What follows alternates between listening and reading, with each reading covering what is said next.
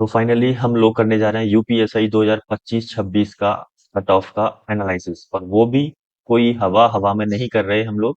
हमारे पास जो डेटा आया है, जो गूगल फॉर्म से डेटा हम लोगों ने फिल करवाया था, आप सभी एस्पिरेंट्स ने जो डेटा दिया है, उसके आधार पर आपकी फाइनल कट ऑफ क्या रहने वाली है, कौन सी शिफ्ट इजी रहेगी, कौन सी शिफ्ट हार्ड रहेगी, किस शिफ्ट में नॉर्मलाइजेशन का फायदा मिल सकता है। जो भी हमें डाटा मिला उसका हमने एक्स्ट्रापोलेशन किया है। एक्स्ट्रापोलेशन मतलब जैसे जितने जैसे इसमें 10.77 लाख बच्चे अपीयर हुए हैं एग्जाम में, हमारे पास जो भी 7 से मैच किया है, जिससे कि हम एक बड़े स्केल पर जो भी क्या कट ऑफ रह सकती है। और ऐसा नहीं है कि बस इसको स्केलिंग कर दिया है, इतना कर दिया है, उसके हिसाब से सबको कर दिया है। हमने बहुत सारे जो ग्राउंड फैक्टर्स रहते हैं उनका भी इस वीडियो को बनाते समय ध्यान रखा है। तो आगे चल के आप देखना कि कट ऑफ कितनी रहने वाली है। और सबसे एक ही रिक्वेस्ट है, जो सच सुन सकते हैं वही इस वीडियो को आगे तक देखें। अगर आप सच नहीं सुन सकते तो आप इस वीडियो को यहीं पे स्किप कर सकते हैं, क्योंकि पेपर के इजी आने के कारण आपको कट ऑफ हाई देखने को मिलेगी ही मिलेगी। तो बिल्कुल भी एक्सपेक्ट मत करिए कि मैं अपनी तरफ से कुछ लो कट ऑफ वगैरह रख दूं या हाई कट ऑफ रख दूं। ये मेरे हाथ में नहीं है। जो भी डेटा हमारे पास आया है, आप सभी एस्पिरेंट्स ने ही वो डेटा फिल किया है। वैसे तो मैं चाह रहा था कि बहुत ज्यादा डेटा बच्चे फिल करें, लेकिन उस लेवल का डेटा नहीं हमको मिल पाया है। तो जो भी हमारे पास डेटा है, हम उसके आधार पर कट ऑफ का प्रिडिक्शन करने वाले हैं। तो चलिए स्टार्ट करते हैं। सबसे पहले हम एक नजर डाल लेते हैं कि हमारे पास भर्तियां वैकेंसीज कितनी है। तो 4543 हमारे पास नंबर ऑफ वैकेंसीज है, और इसमें 15 लाख के आसपास बच्चों ने फॉर्म फिल किया था। और जो कैंडिडेट एग्जाम देने पहुंचे वो 10,77,000 के आसपास ही पहुंचे। ठीक है। और इसके बाद हम सबसे पहले डीवीपीएसटी की कट ऑफ निकालेंगे, यानी जो बच्चे फिजिकल देने जाएंगे पहले उनकी निकालेंगे। और फिजिकल के लिए हमने 4 गुना बच्चों को, जो वैकेंसीज है उसके 4 गुना के हिसाब से रखा है। तो आपके कुछ 18,000 बच्चे को फिजिकल देने का मौका मिलेगा, वैकेंसीज का 4 गुना करके। ठीक है। इसके बाद फाइनल कट ऑफ भी हम लोग निकालेंगे, तो आपको सारा एनालिसिस यहाँ मिलने वाला है। और फिर से बोल रहा हूँ, ये मेरे हिसाब से नहीं है, जो भी डेटा बच्चों ने गूगल फॉर्म में फिल किया था उसके हिसाब से है। यहाँ वैकेंसीज का ब्रेकडाउन दे रखा है कि मतलब मेल फीमेल के लिए सिविल के लिए 4242 पद है, पीएसी आर्म पुलिस मेल के लिए 135 पद है, और एसएसएफ मेल के लिए 60 पद है, और वुमेन बटालियन फीमेल के लिए 106 पद है। ठीक है। ओवरऑल कैटेगरी अगर ब्रेकडाउन देखें तो जनरल के लिए आपके पास टोटल 1833 वैकेंसीज है, ओबीसी के लिए 1222 वैकेंसीज है, एससी के लिए 991, ईडब्ल्यूएस के लिए 451, और एसटी के लिए 56। इसके बाद जो हमारे पास डेटा आया है वो बस 196 लोगों का आया है, जो कि बहुत कम है।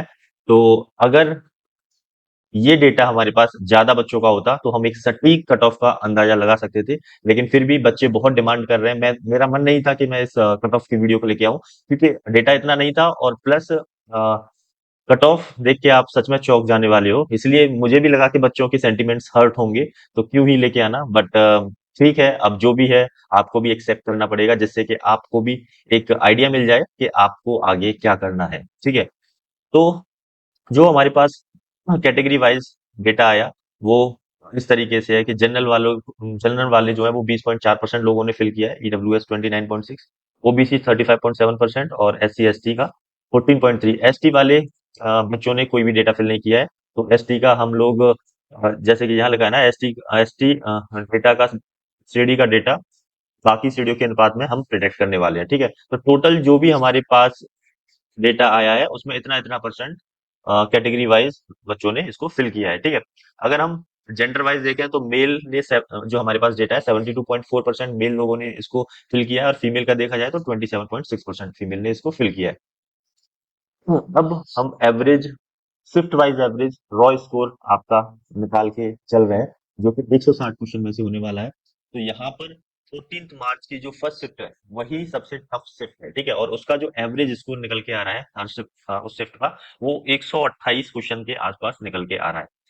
14 मार्च की सेकंड शिफ्ट जो है वो मॉडरेट है, उसमें 132.9 मतलब क्वेश्चंस का एवरेज देखने को मिल रहा है।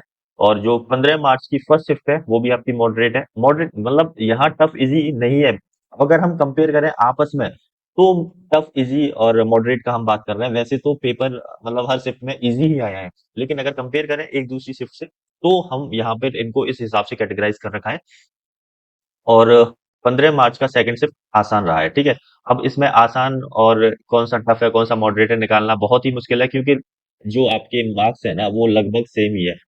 कुल मिला के मैं बोलूँ तो आपकी 14th मार्च की फर्स्ट शिफ्ट ही शिफ्ट मानी जाएगी इन सभी में से, ठीक है। तो 14 मार्च की पहली शिफ्ट को छोड़कर बाकी सभी औसत आपका 132 से 133 प्रश्नों के बीच में ही आ रहा है।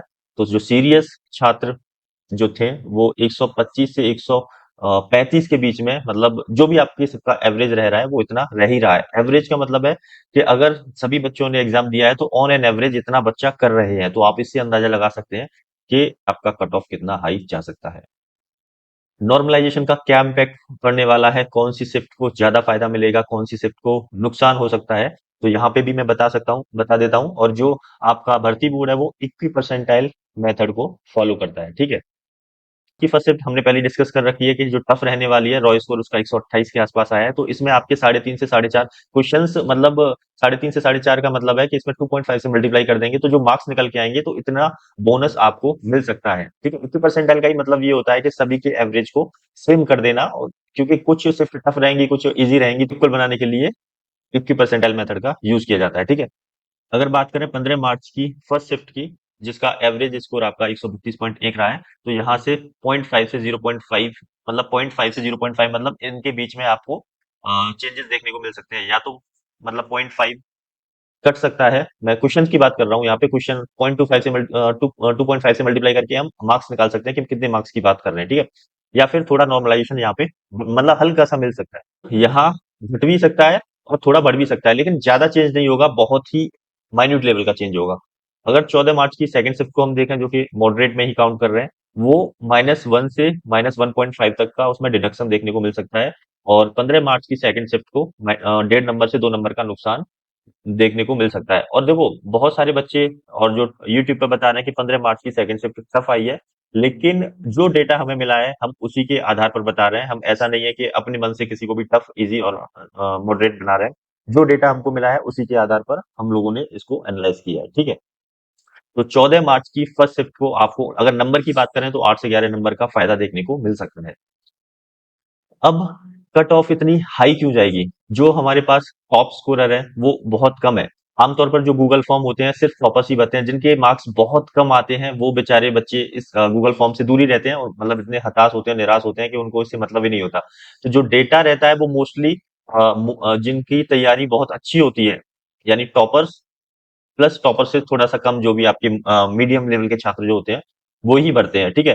तो इसलिए यहाँ पे जो एवरेज है वो आपको ज्यादा देखने को मिलता है, लेकिन जैसे ही ये डेटा बड़ा होगा, मतलब हम 10.77 पे अगर मैच करेंगे, तो वहां पर आके ये डेटा जो एवरेज है वो कम हो जाएगा, क्योंकि बहुत सारे बच्चे जिनका कम स्कोर होता है वो गूगल फॉर्म को भरते ही नहीं है। तो इस बार पेपर इजी था आपका, कट ऑफ हाई जाएगा ही जाएगा। बात करते हैं ग्राउंड रियलिटी की।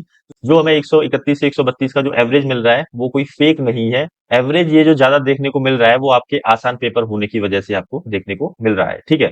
तो जब हम बात करेंगे 10.77 लाख की, तो यहाँ पर अगर हम अपना डेटा को एडजस्ट करें तो 2-3 प्रश्न आपके कम ही हो जाएंगे एवरेज में, ठीक है।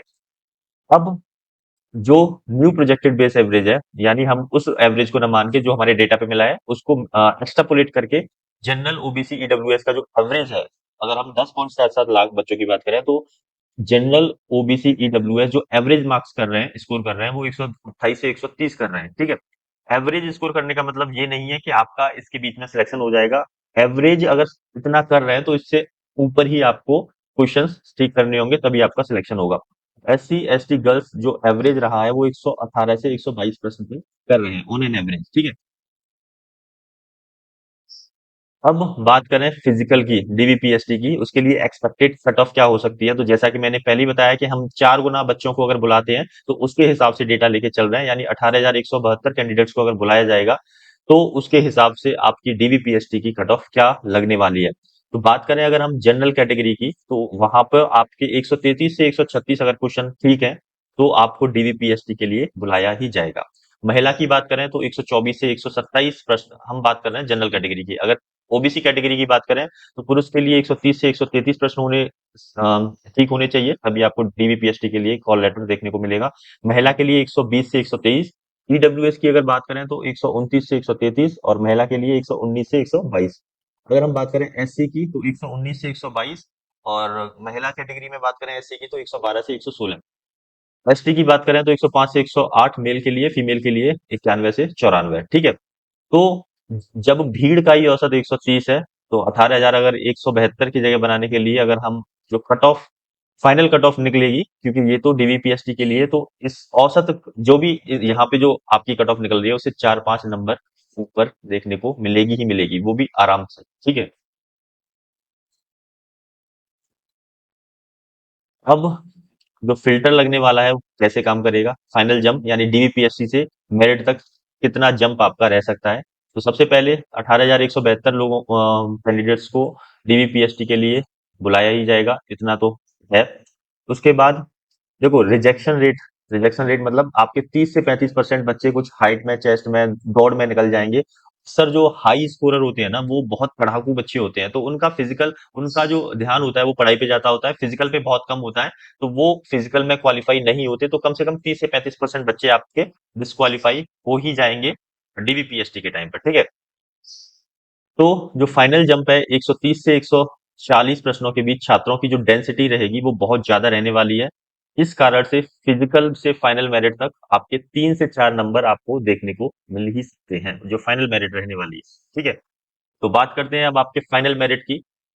आउट ऑफ 160 क्वेश्चंस, तो जनरल कैटेगरी की आपकी अगर 137 से 140 नंबर बन रहे हैं, तो आप फाइनल लिस्ट में आपका नाम आपको देखने को मिल सकता है। अगर वही बात करें हम फीमेल के लिए जनरल कैटेगरी की, तो 128 से 131 क्वेश्चंस अगर आपके ठीक है, तो फाइनल में आपको आपका नाम देखने को मिल सकता है। ओबीसी की बात करें तो 133 से 136 क्वेश्चन होने चाहिए। महिला ओबीसी की बात करें तो 124 से 127। ईडब्ल्यूएस की बात करें मेल कैटेगरी के लिए तो 132 से 135 प्रश्न, और वही बात करें फीमेल के लिए तो 123 से 126। एससी के लिए बात करें 123 से 126, और महिला एससी के लिए बात करें तो 116 से 119। एसटी के लिए 109 से 112, महिला एसटी के लिए 92 से 95 प्रश्न, ठीक है। तो जो जनरल मेरिट है वो आप 342.5 से लेकर 350 नंबर तक आपको देखने को मिल सकती है। पेपर आसान होने की वजह से ये सब हो रहा है, और आपको ये रियलिटी एक्सेप्ट करनी पड़ेगी, चाहे आप अभी कर लो या फिर जब फाइनल मेरिट आपकी आ जाएगी तब कर लेना, ठीक है। तो जो भी बच्चे डीवीपीएसटी के लिए जिनका मार्क्स मैंने बताया है, अगर आप उस रेंज में आ रहे हैं, तो अपनी पढ़ाई सॉरी अपना रनिंग पर फोकस कर दो। और उसके अलावा अगर आपके बस डीवीपीएसटी के लिए ही बैठ रहे हैं, तो रनिंग करिए, हो सकता है कि चांसेस हो, क्योंकि ये जो डेटा है हमने 196 एस्पिरेंट्स पे लिया है, हो सकता है कि जब डाटा और ज्यादा बड़ा हो तो आपकी कट ऑफ आपको कम देखने को भी मिल सकती है, ठीक है। जो हमारे पास डेटा है मैं बस उसके आधार पर आपको बता रहा हूँ। तो 14 मार्च की फर्स्ट शिफ्ट वालों को नॉर्मलाइजेशन का भारी फायदा मिलेगा, और अगर आपके मार्क्स उसमें कम है तो हिम्मत मत हारना। और एक और बात आपको बता दूं कि ये जो बताया है ना, ये मैंने जो फाइनल मेरिट बताई है, ये नॉर्मलाइजेशन होने के बाद आपका जो स्कोर हो रहा है, यानी अगर 14 मार्च की फर्स्ट शिफ्ट के जो बच्चे हैं वो अपने स्कोर के हिसाब से ना देखें। जो मैंने बताया है कि कितने मार्क्स तक आपको आपके बढ़ सकते हैं, कितने क्वेश्चन आपको बढ़ सकते हैं, वो मैंने पिछली स्लाइड में आपको बताया है कि आपके कितने प्रश्न बढ़ सकते हैं, जैसे ये है। तो 3.5 से 4.5 जो प्रश्न है 2.5 से मल्टीप्लाई कर देंगे तो मार्क्स आ जाएंगे, इतने आपको बढ़ सकते हैं। तो आप अपने नॉर्मलाइजेशन में जो मैंने मार्क्स बताया उनको ऐड करके सब्ट्रैक्ट करके अगर आप इस कैटेगरी में आ रहे हैं, तो आपका सिलेक्शन सुनिश्चित हो सकता है, ठीक है। तो कोई भी अगर सच्चा एस्पिरेंट होगा वो हमेशा डेटा पर और ग्राउंड रियलिटी पे ही भरोसा करेगा, ऐसे नहीं हवा हवा में कोई डेटा नहीं है और ऐसे ही बना दिया। यकीन मानो, ये प्रॉपर एनालिसिस किया है, जो डेटा हमें मिला है उस पर हमने किया है। मतलब हमारा कोई इसमें फायदा नहीं है कि हम किसी से को इजी बता दें, टफ बता दें। जो डेटा हमें मिला है उसके आधार पर हमने बनाया है इसको। और इसके अलावा अगर जो बच्चे इस यूपीएसआई वाले पेपर में अगर अच्छा स्कोर नहीं कर पाए हैं, जिनकी सिली मिस्टेक्स हुई है, या फिर पेपर में टाइम कम पड़ गया, तो आप निराश मत होइए। आगे बहुत सारे एग्जाम आने वाले हैं, फिर से यूपीएसआई की वैकेंसीज आपको देखने को मिल सकती हैं। उसके अलावा यूपी पुलिस कांस्टेबल का लेखपाल की एग्जाम आपके हैं, जो बच्चे एसएससी को भी टारगेट कर रहे हैं, सीजीएल वगैरह को, उनके भी एग्जाम डेट अनाउंस हो चुकी है। तो आप सभी बच्चे अपने अपने नेक्स्ट टारगेट पर बैठ जाइए। बहुत देख लिया कट ऑफ, अब कोई भी कट ऑफ वगैरह मत देखिए, इससे कुछ नहीं होगा, आपका दिमाग ही खराब होगा। और जो बच्चे जिनके मार्क्स काफी अच्छे हैं उनको बहुत बहुत बधाई, आप अपनी रनिंग पर लग जाइए, क्योंकि यही मौका है। बहुत सारे बच्चे अच्छा स्कोर करने के बाद भी फिजिकल में आउट हो जाते हैं, और रनिंग पे लग जाइए। इसके अलावा अगर आपके डॉक्यूमेंट्स में कोई प्रॉब्लम है तो उसको करेक्ट करा लीजिए, आपके पास अभी टाइम है।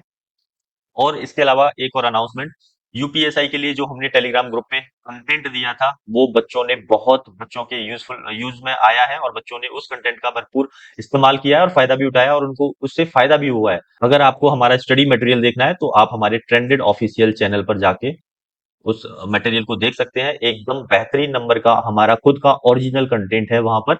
और इससे अलावा अभी ट्रेंडेड ऑफिशियल नाम से एक हमने चैनल भी स्टार्ट कर दिया है। उसमें आपको सारा स्टडी मटेरियल और कंटिन्यूअसली मिलता रहेगा। डेली कुछ ना कुछ बढ़िया आपको मिलेगा, जिस भी एग्जाम की आप टारगेट कर रहे हैं।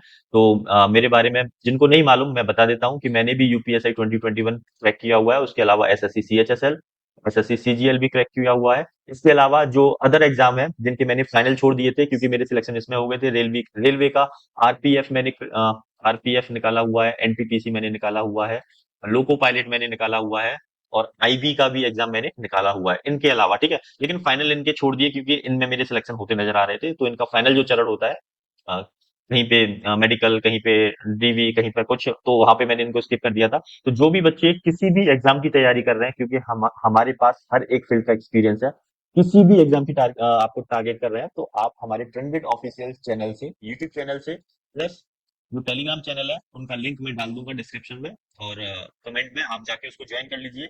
इस सैटरडे से आपका लेखपाल प्लस यूपी पुलिस कांस्टेबल, इन दोनों का बैच हम लोग अनाउंस करने जा रहे हैं। धीरे धीरे हम लोग सारा कुछ स्टार्ट करेंगे, एसएससी सीजीएल के लिए, सीएचएसएल के लिए, सीपीओ वगैरह सारी चीज धीरे धीरे स्टार्ट होगी। लेकिन जो फर्स्ट हमारा बैच होने वाला है वो लेखपाल और यूट्यूब का होने वाला है। आपको मिनिमम कॉस्ट, इतनी मिनिमम कॉस्ट में इतना बेहतरीन कंटेंट कोई नहीं दे सकता। उसमें हम हर सब्जेक्ट की आपको पीडीएफ देंगे, जिसमें आपके शॉर्ट नोट्स होंगे, प्लस एमसीक्यूज होंगे भर भर के, प्लस पीवाईक्यू होंगे, प्लस जो भी टॉपिक टफ लगते हैं बच्चों को उनका वीडियो दिया जाएगा, प्लस कहाँ से पढ़ना है, किससे पढ़ना है, कितना पढ़ना है, कौन कौन से इंपॉर्टेंट वीडियोस हैं यूट्यूब पर, वो सब आपको खुद से हम लोग छानबीन करके प्रोवाइड कराएंगे, जिससे कि आपका टाइम वेस्ट ना हो। और जिस भी एग्जाम को आप टारगेट कर रहे हैं, टारगेट के हिसाब से हम लोग उस बैच को लेके चलेंगे, और एकदम बेहतरीन कंटेंट आपको डिलीवर होगा। अगर आप इस बैच को लेते हैं तो यकीन मानिए, आप बहुत बहुत थैंकफुल रहेंगे, और आपको बिल्कुल भी रिग्रेट नहीं होगा इस बात का कि आपने ट्रेंडेड ऑफिशियल चैनल को ज्वाइन किया है या उसका कोई बैच लिया है। ठीक है, तो इसके बाद हम लोग इस चीज को समाप्त करते हैं। और जो बच्चे इस कट ऑफ को देख के, मुझे लग रहा है, क्योंकि अगर मैं भी होता तो मुझे भी बुरा लगता कि इतनी हाई कट ऑफ, लेकिन ये हमारे हाथ में नहीं है। जो डेटा हमारे पास आया है, बस हमने उसी डेटा को एनालाइज किया है, और जो भी पॉसिबल कट ऑफ हो सकती है हमने उसको निकालने की कोशिश की है। तो अगर आपका आगे का एग्जाम है, आपके मार्क्स कम आ रहे हैं, तो आप अपने आगे वाले एग्जाम पे बैठ जाइए, और अगर आपका स्कोर अच्छा है तो आप अपनी रनिंग की स्टार्ट कर दीजिए। ऑल द वेरी बेस्ट आप सभी को।